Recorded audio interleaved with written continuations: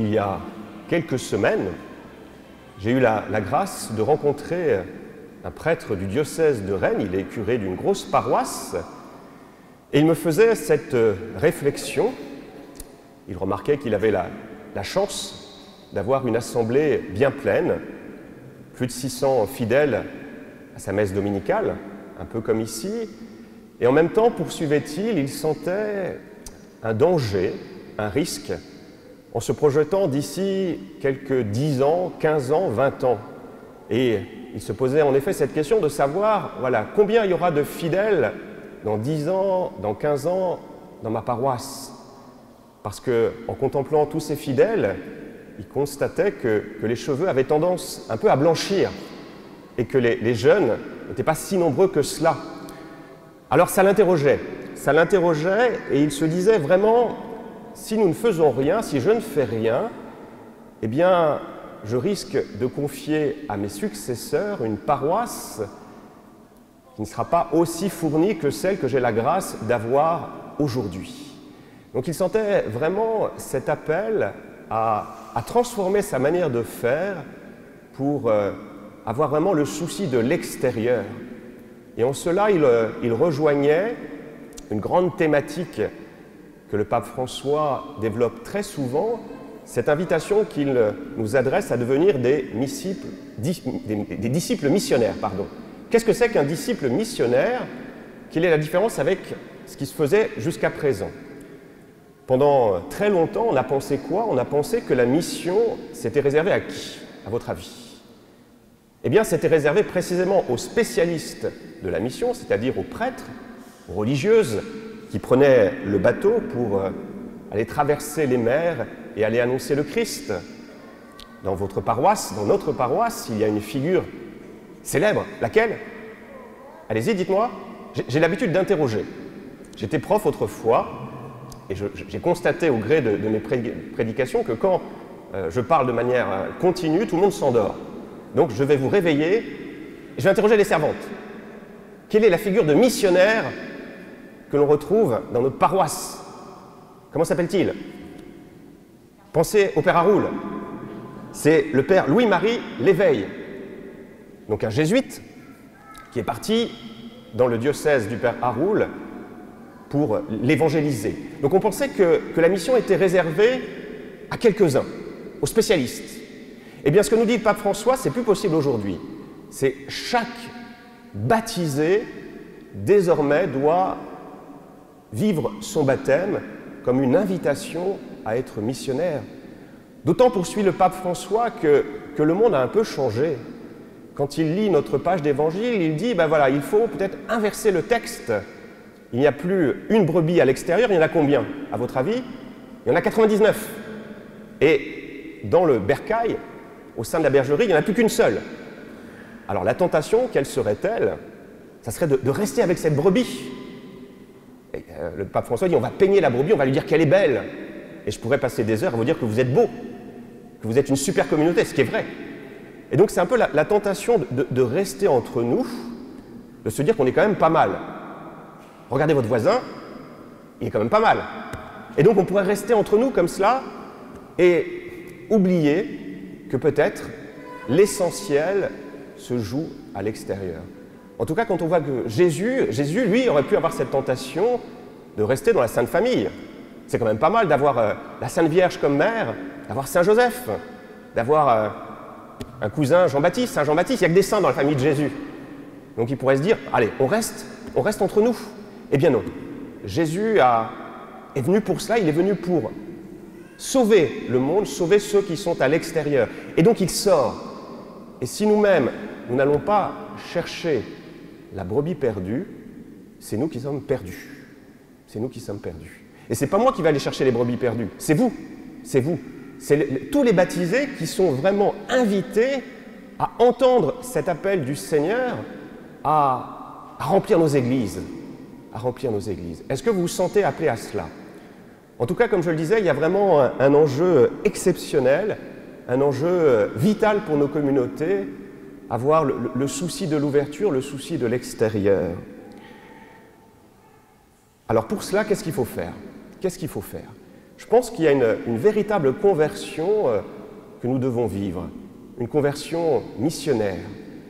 Il s'agit de transformer notre foi. Vous savez que, peut-être, il y a deux manières de vivre sa foi. La première, c'est la manière traditionnelle qui était la nôtre. On était croyants, on était chrétiens parce qu'on vivait en France. Donc, voilà, par tradition, on demandait le baptême. Quand on venait le temps du mariage, on allait se marier à l'église. Mais voilà, une foi qui était simplement reçue. C'est encore souvent le cas donc, de chrétiens qui viennent voir nos communautés en disant voilà, je demande un baptême, nous demandons à nous marier. Pourquoi? Parce qu'on l'a toujours fait. Parce que c'est la tradition familiale. Parce qu'on est attaché aux valeurs de l'Évangile, sans trop savoir ce que ça veut dire. Mais voilà, c'est la tradition, on a toujours fait ça comme cela, alors on continue de le faire. Je vais vous poser une question maintenant. À votre avis, les enfants qui sont ainsi baptisés, baptiseront-ils leurs enfants?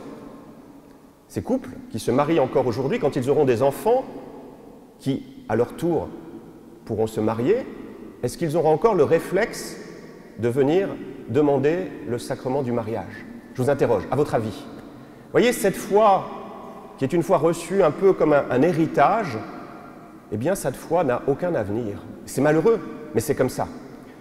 Il y a une autre foi qui n'a aucun avenir, ça serait une foi qui se voudrait peut-être un peu modérée, un peu tiède, voilà, qui essaierait de se caler sur les préoccupations de notre époque. Le pape François il donne une analogie, il parle d'un jus d'orange dilué. Est-ce que vous aimez les mauvais jus d'orange à base de jus d'orange concentré? Est-ce que c'est bon ça? Ben non, ben non.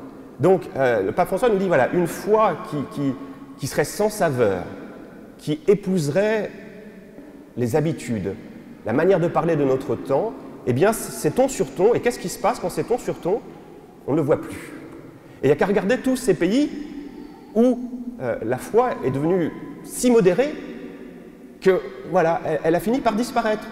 Regardez ce qui se passe aux Pays-Bas, ce qui se passe dans une partie de la Belgique, ce qui se passe aussi en Scandinavie. Donc cette foi-là, tiède, sans saveur, sans exigence. La jeunesse est là, elle a besoin d'exigence, elle a besoin d'un challenge. Eh bien, c'est ça qu'il faut annoncer.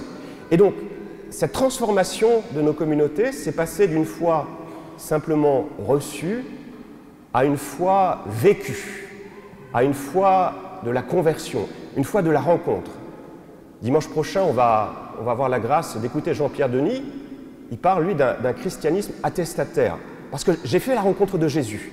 Et parce que j'ai fait la rencontre de Jésus, qu'est-ce que je veux faire? Je veux en témoigner. Je ne veux pas le garder pour moi.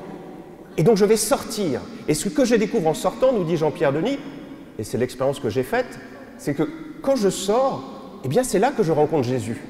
Jésus, paradoxalement, il est dehors. Parce que Jésus a toujours le souci de ceux qui souffrent, de ceux qui sont à l'extérieur. J'ai lu la version courte de l'Évangile. Dans la version longue, il y a quoi? Il y a l'enfant prodigue. Et on voit ce père qui sort pour aller à la recherche de cet enfant prodigue. C'est ce que fait Dieu. Donc quand je sors, quand je vis pleinement mon baptême missionnaire, eh bien je sors et je rencontre des personnes qui n'ont pas la foi. Et ces personnes qui n'ont pas la foi, qu'est-ce qu'on peut découvrir à côté de ces personnes qui n'ont pas la foi et qui sont en souffrance? Il y a qui à leur côté? Il y a le Christ, il y a Dieu. Et donc c'est ces personnes qui n'ont pas la foi qui vont me donner Dieu. Est-ce que vous me comprenez? C'est souvent l'expérience qu'on fait c'était pas tellement mon habitude, mais je l'ai fait à Jeanne d'Arc, faire du porte-à-porte pour aller rencontrer.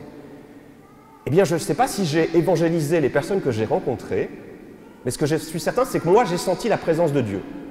Et ces personnes que j'ai rencontrées m'ont donné Dieu. Vous voyez, c'est sortir, c'est prendre le risque, c'est témoigner de sa foi, prêcher. Moi, j'étais très timide avant d'être religieux, je n'osais pas prendre la parole. Et c'est à partir du moment où j'étais ordonné prêtre que, en prêchant, eh bien, en essayant de convertir, je ne sais pas si j'ai converti grand monde, mais moi, je me suis converti. Moi, j'ai fait vraiment l'expérience de Dieu. Quand je prêche, je sens la présence de l'Esprit Saint. Et donc, je vous remercie. Peut-être que moi, je vous endors, mais vous me donnez le sentiment que l'Esprit Saint est là. Et vous voyez, c'est parce que je sors, parce que je prends le risque. Voilà, c'est ça le christianisme dont nous avons besoin. Un christianisme une foi catholique qui sort, qui témoigne de sa foi, qui témoigne de sa joie d'être là. On a besoin de communautés ouvertes, et vous l'êtes. Moi, c'est ça qui m'impressionne dans cette paroisse de Bru, c'est de voir votre vitalité. Tous les soirs, il y a des groupes, il y en a même plusieurs. Et ça, je trouve ça extraordinaire. Donc, je pense que le Père Olivier, et avant lui, le Père Hervé, vous ont mis sur une très belle voie, un très beau chemin. Et en tout cas, il y a vraiment cette exigence. Et pour témoigner, je finirai par 2 petites idées très courtes, pour devenir comme ça des chrétiens attestataires, qui sont fiers de leur foi. Qu'est-ce qu'il faut faire? Il faut 2 petites conversions encore. Il faut fondamentalement aimer ceux qui sont à l'extérieur. Comme Jésus. Dès que Jésus voit quelqu'un qui est perdu, quelqu'un qui souffre, qui est malade, qu'est-ce qu'il fait? Il a mal. Est-ce que nous aimons ceux qui sont à l'extérieur? Il y a un frère dominicain qui s'appelait le frère Vincent Magnab qui disait « Ceux de l'extérieur, ceux qui n'ont pas la foi, attendent ceux qui les aiment. Si vous n'aimez pas le monde, ne prêchez pas. Ou tout du moins, prêchez à vous-même. » Quand on voit Jésus, voilà, il ne commence pas par faire la leçon. Qu'est-ce qu'il fait avec les pécheurs? Il mange avec eux. Il établit une relation d'amitié. Et c'est parce qu'il a établi cette relation d'amitié qu'une conversion est possible. Vous voyez, cette charité, une communauté ouverte sur ceux de l'extérieur, ça c'est aussi difficile, parce qu'on a tendance un peu à rester entre nous, à balconner, dit le pape François, c'est-à-dire un peu regarder de haut ceux de l'extérieur, en disant on est quand même bien meilleurs. Bien, si on fait ça, ça ne va pas marcher. Donc vraiment, aimer ceux de l'extérieur comme Jésus les aime. Il souffre de voir tous ceux qui sont perdus. Et donc souffrir avec Jésus.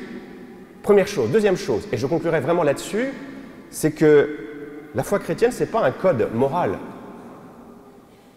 Est-ce que vous êtes déjà converti après la lecture du code civil? Non. Moi, quand je lis le code civil, j'ai fait du droit autrefois, ou le code pénal, ça m'endort. Donc c'est pas ça. Mais donc la foi, qu'est-ce que c'est? C'est d'abord l'affaire d'une rencontre, l'affaire d'amitié, et de prendre conscience que Dieu n'attend pas qu'on soit parfait. C'est l'exemple de saint Paul dans notre deuxième lecture. Dieu n'a pas attendu que saint Paul soit parfait pour le visiter. Il est venu le rejoindre alors qu'il était pécheur. Vous voyez, c'est ça, c'est que souvent on croit que Dieu va nous rencontrer quand nous nous serons convertis. Si on croit que Dieu va nous rencontrer, va venir nous visiter quand nous serons convertis, qu'est-ce qui va se passer? Il ne va rien se passer du tout. Parce que, non, et vous voyez, c'est parce que j'ai rencontré le Christ que je me convertis. C'est pas parce que je me convertis que je rencontre le Christ, c'est parce que j'ai rencontré le Christ que je découvre qu'il m'aime, que je vais me convertir. Vous voyez, c'est un basculement que nous sommes invités à faire. Alors demandons au Seigneur de transformer nos communautés en disciples missionnaires, en disciples qui ont vraiment rencontré le Christ, qui ont vraiment rencontré Dieu. Est-ce que vous avez rencontré Dieu? Les servantes, est-ce que vous avez rencontré Dieu? Oui, non? Pendant mes sermons, vous pouvez dormir, demander au Seigneur, allez, Seigneur, si tu es là, rêve, voilà, montre-moi que tu es là. C'est ça. Tant qu'on n'a pas fait cette rencontre, eh bien, il y a encore une conversion à opérer. Et moi, je tiens vraiment à vous remercier, car grâce à vous, grâce à mes précédents ministères, eh bien, j'ai eu cette chance de rencontrer le Christ. Et voilà, je vais vraiment faire en sorte d'essayer de vous faire partager ce que j'ai découvert, que le Christ nous aime. Fermez les yeux quelques instants. Dites-vous que Jésus est à vos côtés, il dit « Je t'aime, je veux te visiter, je veux te transformer. Et j'ai besoin de toi. J'ai besoin de toi pour aller rencontrer ceux qui sont dehors. Et c'est là dehors que je t'attends. » Amen.